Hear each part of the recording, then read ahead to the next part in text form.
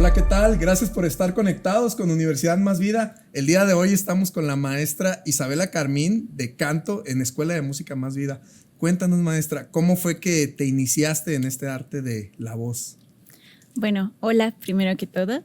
Y pues inicié a estudiar canto, híjole, cuando tenía 15 años en el Conservatorio de Las Rosas. Estuve unos años, como 3 años, y luego me mudé al estado de Veracruz, específicamente al municipio de Jalapa, y ahí estuve estudiando en la Universidad Veracruzana. Wow, Ujú. padrísimo, padrísimo. Y hablando un poquito acerca del arte en el que profundizaste, cuéntanos un poquito específicamente qué es la voz. ¿Podrías platicarnos un poquito de eso?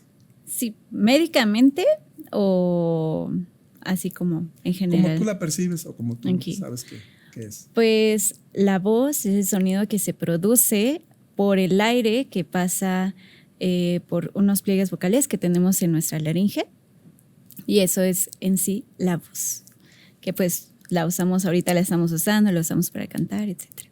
Ok, hablando de eso, se puede utilizar para cantar, pero también para dar conferencia. Me imagino que ha de tener algunos cuidados específicos. Platícanos un poquito de eso, dependiendo del caso. Pues en cualquier caso, es como yo siempre le digo a mis alumnos, yo veía a mis compañeros del conservatorio que eran instrumentistas, que su violín, su guitarra, su clarinete, lo cuidaban, compraban estuches especiales para ellos, los cuidaban de ciertas temperaturas. Pues tú eres guitarrista, tú sabes de eso. Entonces yo les decía, así como ellos cuidan su instrumento, nosotros debemos cuidar nuestro instrumento, que nuestro instrumento es todo nuestro cuerpo, o sea, de pies a cabeza, no es nada más como que, ay, mi garganta y ya, no. En el canto influye tu alimentación, si te ejercitas o no, si duermes bien, sobre todo eso, si duermes bien o no, eso va a afectar muchísimo. Por ejemplo, yo me di cuenta que empecé a rendir mucho menos cuando nació mi bebé, porque pues había privación de sueño y ya no cantaba igual. Y hasta apenas ahora que ya estoy volviendo a dormir bien mis 8 horas, Padre. es que vuelvo a rendir igual en la calidad de mi voz. Entonces, es lo mismo. O sea, un conferencista o un cantante usa su cuerpo para hablar o para cantar y necesita cuidar su cuerpo, que es su instrumento en sí. Muy bien, me parece excelente y digamos, es un instrumento muy peculiar porque es irreemplazable, ¿no? O sea, Así es. digo, yo como Ujú. guitarrista, como lo mencionaste, pues digo, le pasa algo a mi guitarra o a una Ujú. cuerda, pues la cambio, pero Sí, la voz no es así. no. ¿Podrías hablarnos un poquito acerca de detalles técnicos como alguna rutina para cuidar la voz, algunos ejercicios o algo así? ¿Podrías platicarnos de eso? Sí. Bueno, lo que yo hago es, bueno, es un poco complicado con ya teniendo una bebé, pero se supone que no debemos hablar o tratar de hablar lo menos posible las primeras 2 horas después de despertarnos, porque nuestros músculos están todavía como en descanso, todavía apenas están despertando, hasta hablamos como así cuando nos acabamos de despertar. Cierto. Entonces es importante cuidar esas primeras 2 horas, tratar de hablar lo menos, no cantar luego en la mañana, y vocalizar. Yo trato de vocalizar, no se debe vocalizar más de 30 minutos porque puede ser muy cansado. Trato de vocalizar unos 15 minutos. Obviamente tomar mucha agua, eso es súper importante porque los pliegues vocales están cubiertos de una mucosa. Y la mucosa pues se forma con agua que hay en Ok. nuestro cuerpo. Si nosotros estamos deshidratados, pues la mucosa es deficiente, por así decirlo, y no va a producir la misma calidad de sonido. Nuestra voz cuando estamos deshidratados a cuando estamos bien hidratados. Entonces, pues sí, cuidarte las primeras 2 horas del día, calentar tu voz. Yo incluso aunque no vaya a cantar, yo la caliento para empezar a hablar. También estar bien hidratados y pues sí, creo que esa es como una rutina básica. Así como cuidamos nuestra piel y todo, también hay que cuidar nuestra Hay que voz. cuidar la voz. ¿Qué Así es. pasaría si, por ejemplo, yo pongo en un esfuerzo adicional el uso de mi voz? O sea, si hay una consecuencia, no sé, física o algo así, ¿o qué pasaría? ¿Cómo te refieres a cantar mucho tiempo Sobrecantar, o o sea, hablar mucho tiempo? excesivamente, Ajá. hablar excesivamente, digamos para los que son maestros, conferencistas, predicadores, músicos, ¿qué pasaría si pongo a trabajar mi voz en exceso? Pues nuestros pliegues vocales se inflaman y pueden ocurrir lesiones, ya sean pólipos o los temidos nódulos, que por cierto los nódulos no son así como que el fin de nuestra voz. Hay un mito alrededor de eso, ¿no? Sí, se pueden operar. Es muy costoso, eso sí, es muy costoso esas operaciones y tienes que ir con alguien que de verdad sepa hacerlos porque hay muchos como profesionales de la salud que en realidad no es su área operar nuestros pliegues vocales. Por ejemplo, un foniatra no debería operar los pliegues vocales, debe ser un otorrinolaringólogo o un laringólogo especialista en los pliegues vocales, no puede ser así como que cualquiera. Pero sí se pueden operar, pero se puede evitar teniendo un buen cuidado. Esa sería una consecuencia, los nódulos y ¿cuál otra más podría ser una consecuencia?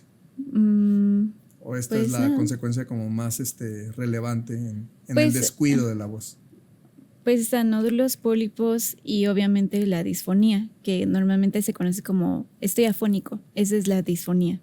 La falta de emitir un sonido. Están tan inflamados los pliegues vocales que no logran cerrar. Bueno, ¿quieres que te explique cómo funciona más o menos? Sí, claro, por supuesto, sería interesante. Los pliegues vocales son dos como, ¿cómo lo digo? Como dos telitas que se juntan así y se abren. Cuando nosotros no estamos emitiendo sonido, están abiertos. Y cuando vamos a emitir un sonido, se cierran para vibrar y el aire pasa entre esos dos y así es como se produce el sonido. Es como un silbato. Cuando tomas una hoja de papel, no sé si alguna vez lo hiciste, claro, y soplas por la hoja de papel y vibra y produce el sonido, es lo mismo en los pliegues vocales. No son cuerdas literal, porque algunos piensan que son cuerdas o que son estrías pegadas a la garganta. No es eso, son dos telitas que se abren y se cierran. Entonces, cuando hacemos uso excesivo, se inflaman y no pueden cerrar correctamente y pues por lo mismo no se puede producir sonido, porque para que se produzca sonido hay que cerrar.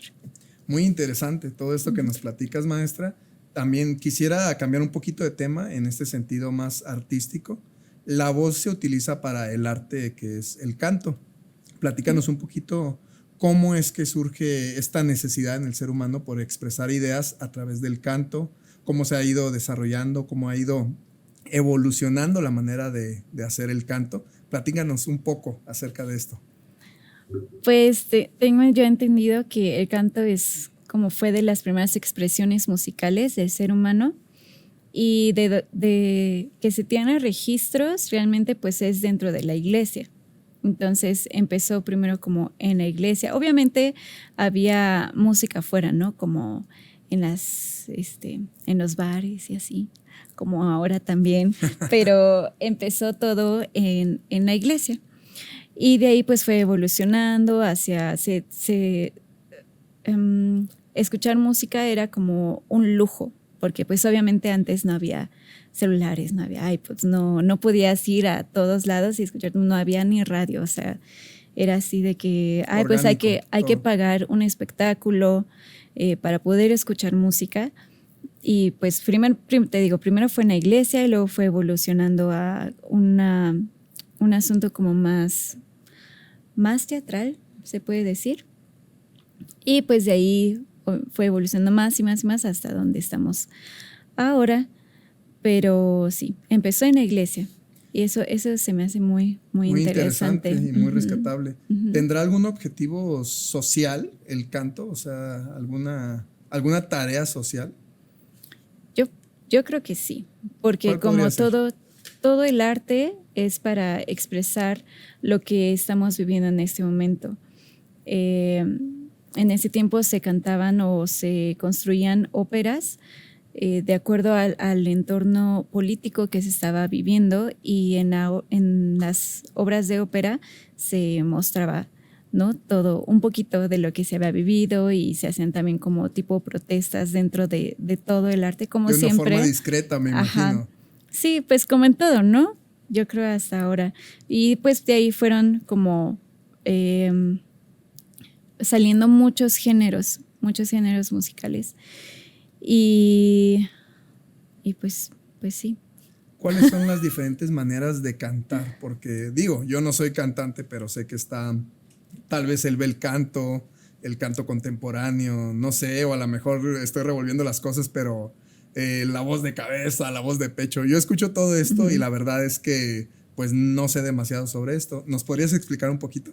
Sí, pues el bel canto es como el canto que salió del, creo me parece, siglo XV, siglo XVI, más o menos, que era como un estilo más de voces blancas y de conservar esas voces blancas. Pues, ¿qué es eso de voz blanca? Voz blanca es la voz de los niños. Le llama así a las voces de los niños, como voces agudas naturalmente y que pueden tener mucha proyección.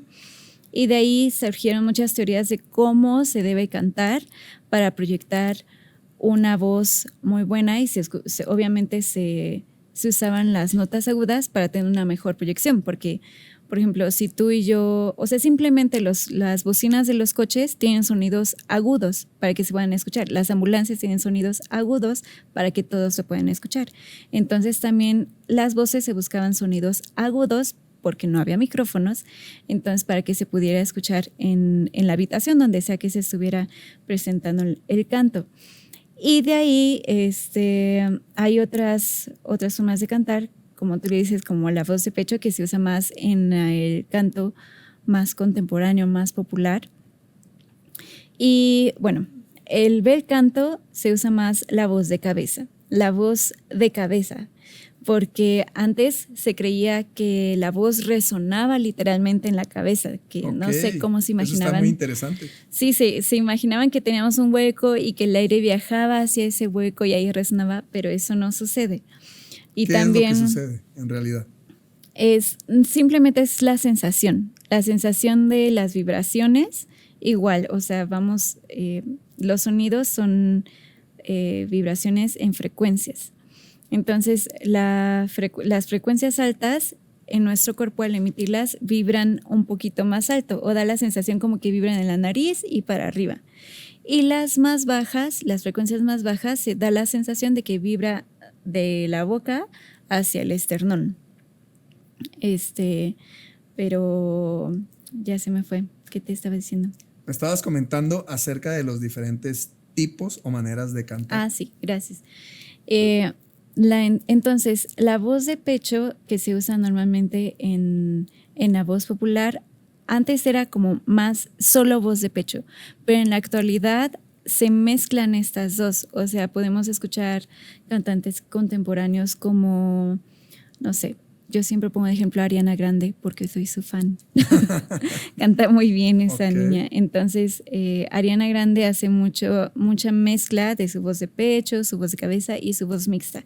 La voz mixta se entiende que es una mezcla de la voz de cabeza y la voz de pecho. Algunos dicen que es cuando el aire sale no solo por la boca, sino por la nariz, pero realmente otra vez nos vamos como a sensaciones.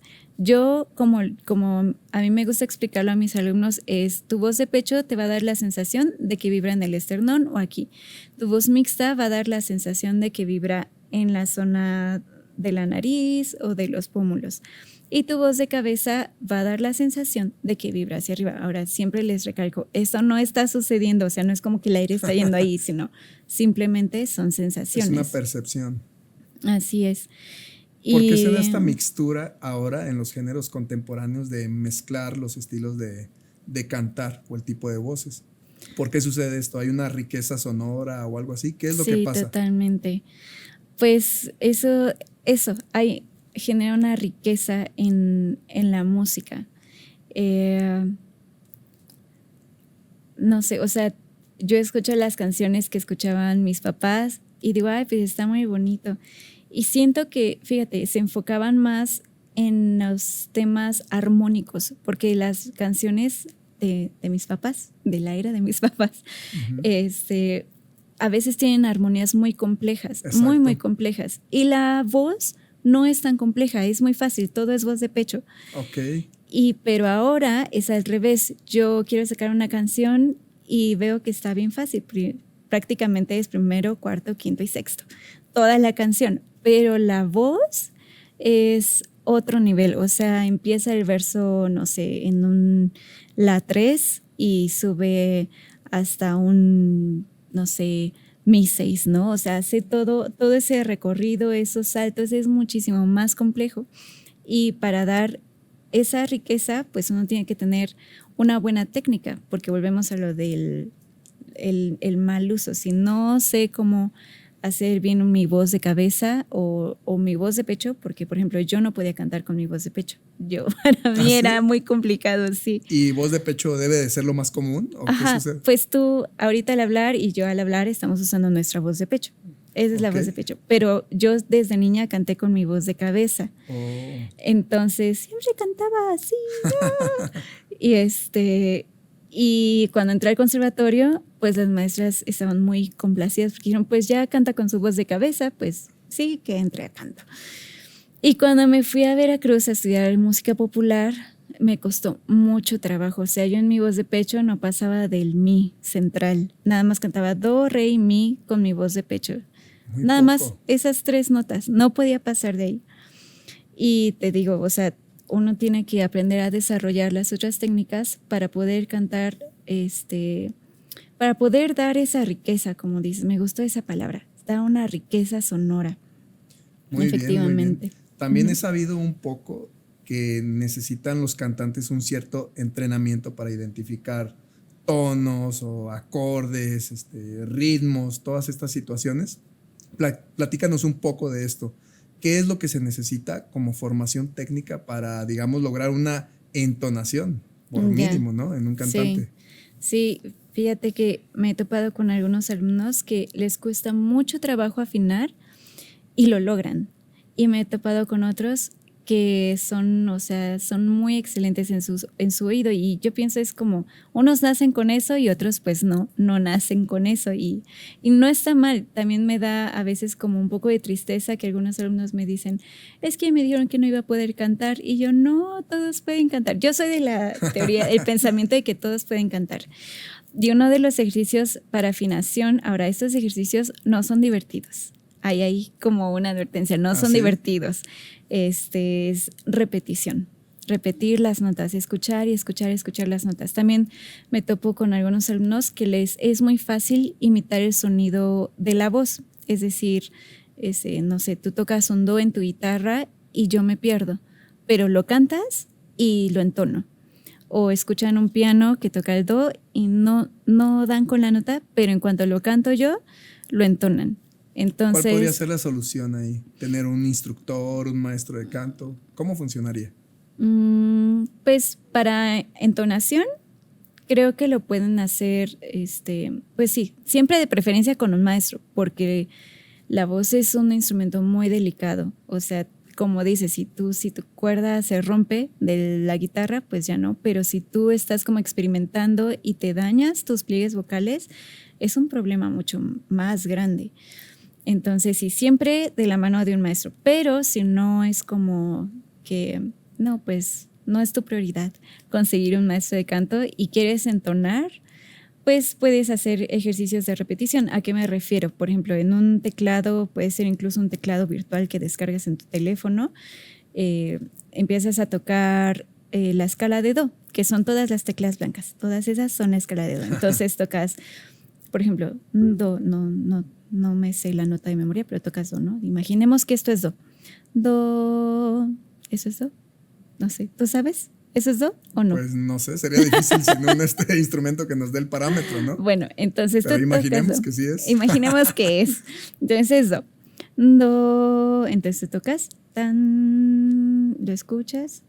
Yo lo que les digo es escúchalo 3 veces, tan, y después lo entonas y luego te pasas a re y así.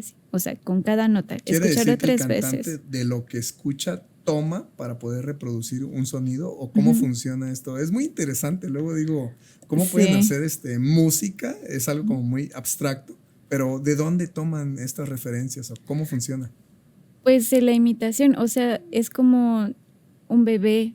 Así empezamos a hablar de la imitación. O sea, Aleya me escucha decir algo, yo tengo que cuidar todo lo que digo porque todo lo repite, todo lo repite. Y obviamente pues estamos hablando de un bebé, ¿no? Que tiene una plasticidad en su cerebro increíble, así como yo quiero tener esa plasticidad a mi edad. Pero realmente no sé, creo que es como un asunto más de que te puede responder un neurólogo. Pero yo sé que es por imitación. Por imitación. Así es como funciona el canto, digámoslo así. Otra pregunta, por ejemplo, ¿qué recursos teóricos musicales necesita un cantante? O sea, ya nos hablaste del registro, saber algunas escalas, me imagino. ¿Qué más necesita básicamente un cantante?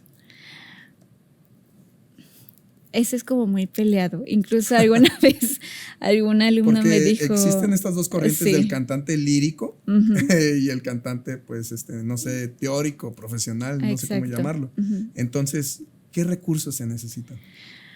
Yo diría que, pues, lo básico es saber las notas, ¿no? Al menos su nombre, aunque no te las aprendas de memoria, saber que existe do, re, mi, fa, sol, la, si. De ahí, saber las escalas, obviamente. Saber los intervalos. Para mí es bien importante saber los intervalos porque así me es más fácil sacar canciones. Así, si yo siento que una nota está muy alta y voy a mi teclado y la toco, me doy cuenta que realmente no está tan alta o no es tan grande ese salto, que a veces eso nos mentaliza y nos hace, ay, no le voy a alcanzar, pero sí la alcanzamos, pero el problema es que no tenemos el conocimiento de poder sacar una canción, de poder saber en qué tonalidad estamos. A ver, muchas veces nos cuesta como cantantes como, ay, es que está muy alta. Y los músicos, ok, ¿en qué tono la quieres? Y ahí está el cantante, pues no sé, a ver un tono más abajo y no queda, y a ver un tono más arriba y no queda. Entonces es bien importante como tener ese recurso por respeto también a quienes nos están acompañando a cantar en la banda, ya sea una banda completa o solo en un instrumento. Creo que es muy importante saber de qué están hablando ellos, cómo comunicarnos con ellos en cuanto a tonalidades, pues sí, tonalidades. Y nosotros para saber eso pues es conocer las escalas y los intervalos. Yo creo que eso es como lo básico. De ahí hay otras cosas también como, bueno, eso en cuanto a entonación, pero también es bien importante saber la rítmica, saber en qué compás estás, para saber cuándo vas a entrar, porque siempre nos hacen chistes eso es muy complicado, ¿no? de que no sabemos dónde entrar. Entonces sí, es muy importante saber cómo, pues lo básico. No es necesario saber historia del arte o... Me imagino que también debe de ser básico tener un instrumento complementario, por lo que decías, ¿no? Romper algunas barreras mentales que cuando lo llevas a una práctica y a una comprobación, pues es más fácil llegar a ese resultado. Sí, totalmente. ¿Qué instrumento complementario recomiendas más y por qué en un cantante? Ya a mí me gusta el teclado porque es muy visual, o sea, no es... Tú sabes que este es do y este es sol y ya, no hay como que tengo que cambiarle para que sea otra nota. Y yo he tratado de aprender guitarra, pero yo la toco como un teclado. Yo sé que cada traste es medio tono, que esta cuerda está, para mí es muy complicado tocar guitarra. Pero yo tengo una teoría, y esto es solo una teoría personal, de que dependiendo del instrumento que toques, el timbre de tu voz se va a acomodar a ese instrumento. Esa es una teoría muy personal, porque yo he escuchado... cantantes que tocan únicamente el piano y tienen cierto estilo. Y he escuchado cantantes que tocan guitarra o ukelele y tienen otro estilo. O sea, hacen otros fraseos al momento de cantar. Es otro estilo. Esto no lo he investigado a fondo, no sé si es real, pero eso es lo que yo he observado. Tienen otros recursos similares al del instrumento. Exacto. Muy bien. Pues hablando de recursos, cuéntanos un poquito cuáles son los recursos o herramientas que puede utilizar un cantante para favorecer su música. Digamos, yo no sé mucho de esto, pero sé que existen los ligaduras, pollaturas, staccatos, todo esto. Explícanos algunas herramientas básicas, vibrato, todo este rollo, dinámica musical, y para saber un poquito más cómo el cantante favorece su música. Bueno, creo que es muy importante y básico saber hacer dinámicas. Eso es básico. O sea, si un cantante todo el tiempo está cantando fuerte, va a ser cansado, y también si todo el tiempo está cantando bajito, va a ser también como, ya cámbiale de canción, así, ¿me explico? Se pierde la emoción. Uh-huh, exacto. Entonces, es básico saber hacer dinámicas. Otro recurso que... ¿Qué es la dinámica antes de pasar a otro recurso? Okay. O sea, la dinámica es, pues tú sabes, bueno, es saber hacer, según yo, a ver, tú me corriges, es poder hacer como matices, creo sí, que así le 100%. dicen como acá, matices, hacer música suave o piano y música más fuerte o forte, y así. Esas son, según yo, dinámicas en cuanto a volumen, porque también hay dinámicas rítmicas, ¿no? Ok, sí, perfecto, está bien. Bueno, nosotros los guitarristas concebimos las dinámicas como un regulador de intensidad. Digamos, puede haber dinámicas o como una propuesta creativa en cuanto a la intensidad del sonido. Puede haber dinámicas de menos a más, de más intensidad a menos. Puede haber dinámicas que son mantenidas durante un tiempo, como todo este segmento de la canción suave, todo este segmento de la canción medianamente suave, medianamente fuerte, o todo este segmento exageradamente fuerte, y apuestan un poquito a la cuestión emocional, ¿no? Lo que decías, sirve para darle esta vitalidad a la música. Cierto, sí, no emocional. Por ejemplo, si voy a cantar una canción triste, melancólica, pues tenemos por ejemplo, a Billie Eilish, o Eilish, no sé cómo se diga, pero ella canta, bueno, hasta ahora con su nuevo disco cantaba como muy, muy suavecito, muy contenida. Pues sí, se puede decir contenida. Es una técnica de canto que se llama breath voice, o como voz airosa, que también hay que saber hacerla. Si no, nos podemos lastimar. Pero sí, o sea, son como dinámicas, y hay quienes cantan muy, muy fuerte, como, no sé, bandas de rock. No conozco muchas bandas de rock. O X canción podemos, no sé quién se me viene a la mente. Pues una canción de la iglesia, ¿no? Normalmente los versos son como más suaves, y luego en los coros subimos, y luego el puente todavía sube más, y porque ese cantante que va a cantar esa canción no va a cantar con la misma intensidad en el verso que en el coro. Entonces hay que saber hacer las dinámicas. Ese es un recurso básico. ¿Cuál sería un segundo recurso básico? Otro recurso que a mí me gusta mucho es los melismas. Yo no sé hacer muchas melismas, pero me gusta. Estoy aprendiendo, estoy practicando. Melismas es un conjunto de notas que adornan una canción. No te voy a poner un ejemplo porque, como te digo, no sé todavía cómo hacerlos muy, muy bien. Pero sí te puedes dar ejemplos de cantantes como Ariana Grande, Tori Kelly, ¿quién más? En la música cristiana, no sé si conozcas a Corey Asbury. Sí, él de repente hace como runs o melismas. Es un conjunto de notas que son como pero muy rápido.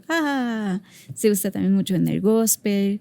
O sea, hay como una nota objetivo y todas las demás colorean esa nota, ¿o cómo lo podríamos decir? Son como, se usa mucho la escala pentatónica, y nada más son como adornos dentro de la canción, pero no es como que giren en torno a una nota, sino, pues no sé, como nada más como adornitos. Yo les digo así, adornitos. Ok, ornamentos, algo así. Ajá.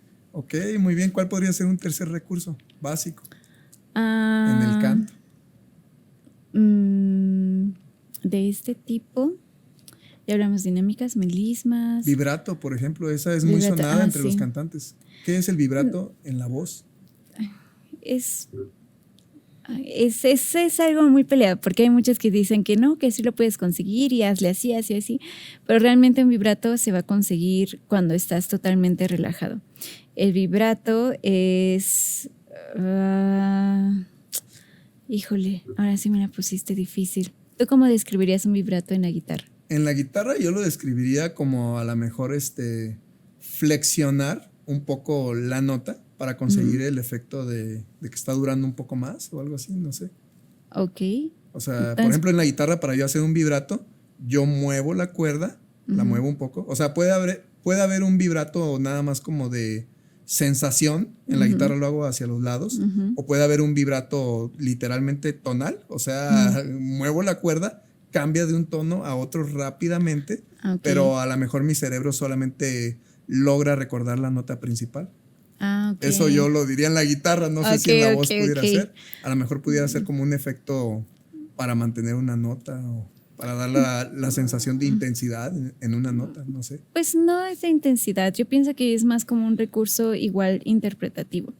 Okay. Porque una canción puede llevar o no llevar vibratos, así como, bueno, no sé en la guitarra, pero en el piano hay muchas versiones de los pequeños preludios de Ana Magdalena, Ana María Bach, no me acuerdo. Y hay unas versiones que están bien adornadas y otras, que es el que yo tengo, que están bien sencillas, súper sencillas. Entonces pienso que es más como un recurso interpretativo. Okay. Y yo pienso, ahorita que mencionaste lo de que hay veces que literalmente como que cambia un poquito en la frecuencia, que se hace como... Hay cantantes que hacen eso. Luego hay algunos cantantes que empiezan haciendo un vibrato, digamos, relajado y luego muy exagerado. También me imagino que es por cuestiones de expresión, ¿o qué será? Pues sí, cada quien. A mí no me gusta mucho. Pero sí, o sea, una nota teñida, una nota sencilla sería...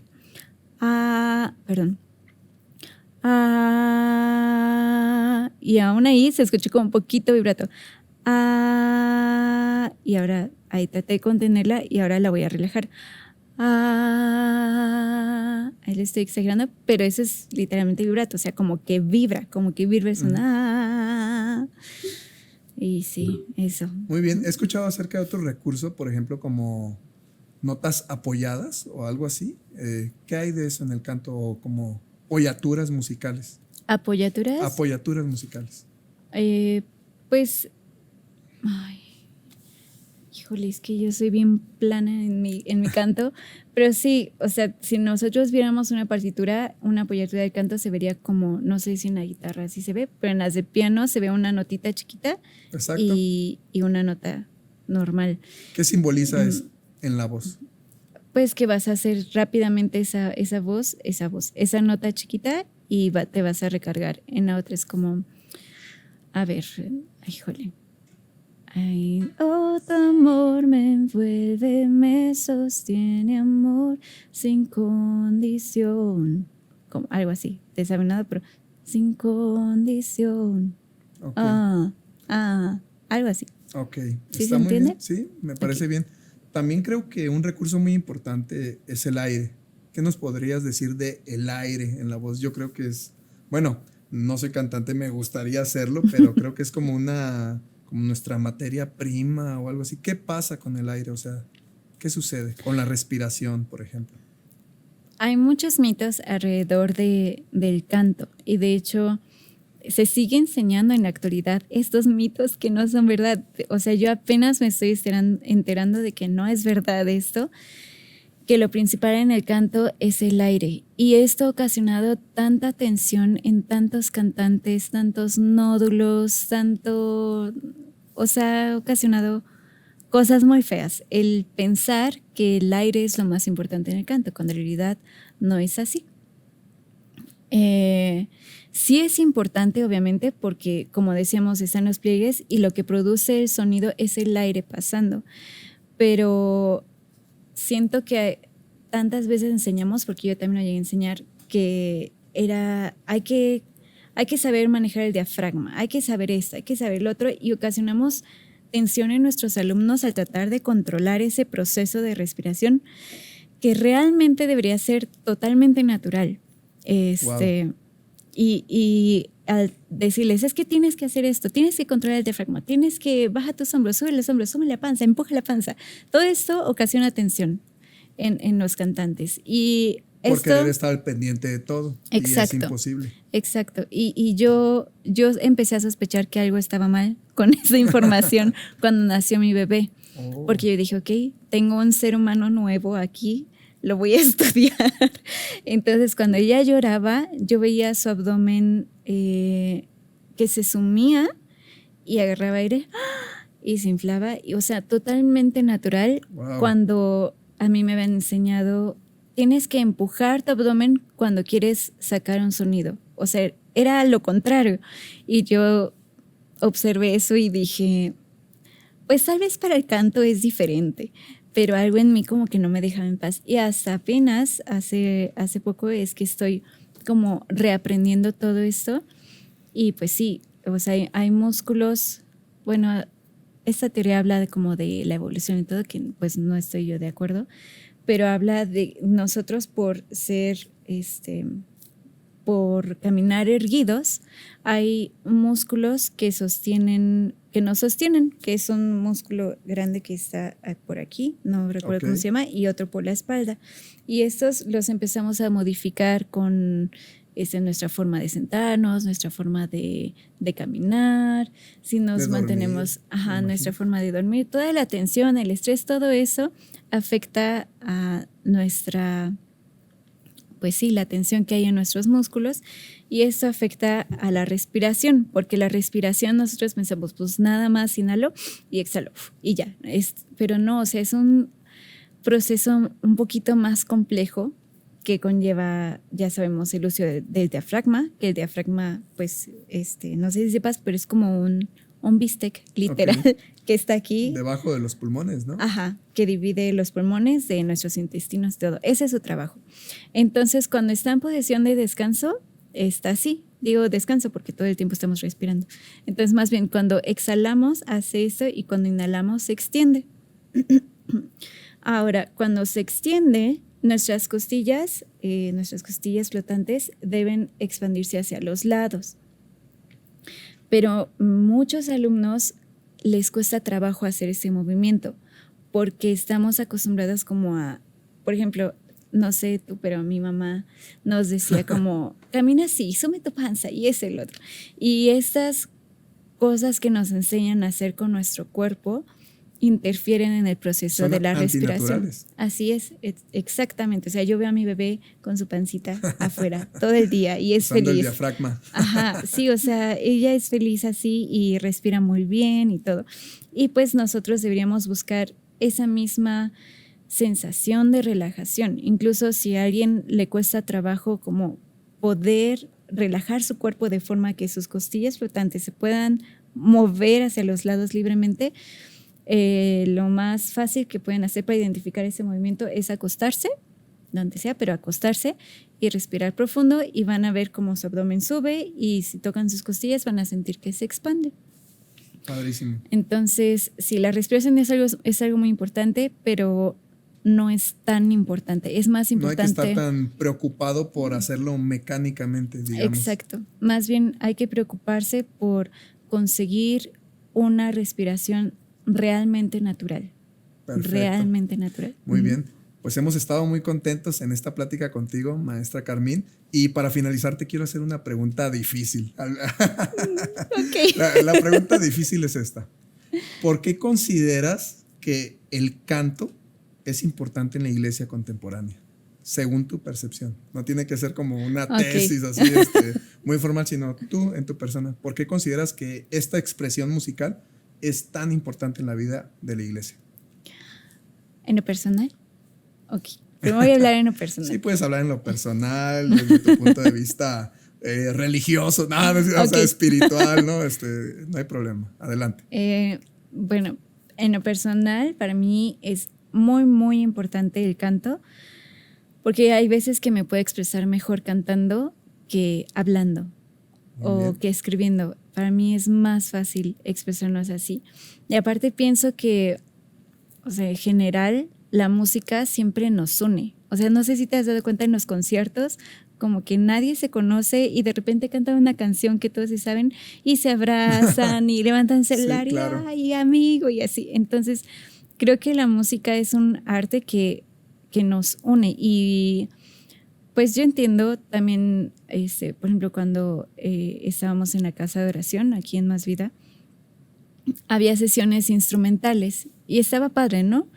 Pero también cuando alguien cantaba, la gente le gustaba, porque creo que a veces como cantantes le ponemos palabras a lo que otros están viviendo.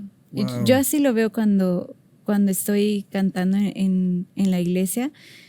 y cuando escucho canciones que otros hacen, le ponen palabras a lo que estamos viviendo, como, no sé, esta última canción que cantaron el domingo dice algo como, nos sacaste del desierto,